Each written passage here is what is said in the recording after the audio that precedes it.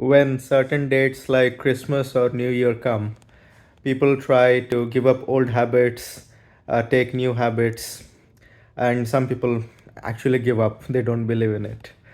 Well, we can do two things. One is use the power of replacement. Replace an old habit with something new, something more helpful that is easier than resisting or completely quitting for something.